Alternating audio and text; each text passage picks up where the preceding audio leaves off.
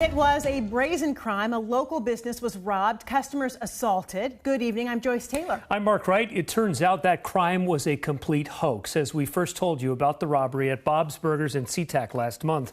A crime that had investigators scouring the city looking for the perpetrators. King 5's Callie Greenberg joins us live now. Callie, the sheriff's office says this was completely fabricated, right? She actually called it what you just said, Mark, a complete hoax involving roughly 10 people. And the sheriff's office also told me they believe that this was racially motivated because they said the two fake suspects were identified as Samoan. Now, the sheriff's office, they dedicated several resources to solving this crime, only to learn that the suspects involved don't actually exist. The video that we're going to show you right now is of Bob's Burgers. This was taken back when that crime was first reported.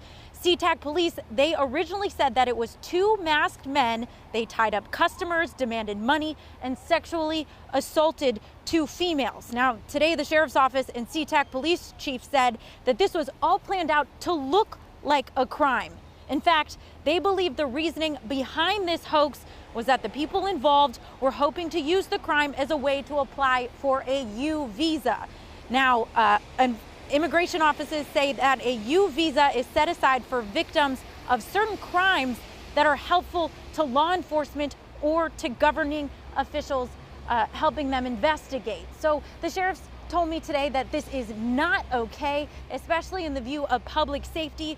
SeaTac police told me that there were 4 detectives assigned, 2 detective sergeants that were dedicated to this case, meaning that they were pulled from other resources or other crimes that they could have solved. So what those detectives ended up doing is they were talking to these 10 people, and they started to learn that the stories, they weren't adding up. Eventually, someone came forward and said this was all a hoax. Now, we did learn today that the owner of Bob's Burgers was not involved in this hoax, and we've recently learned that they say they are cooperating with investigators.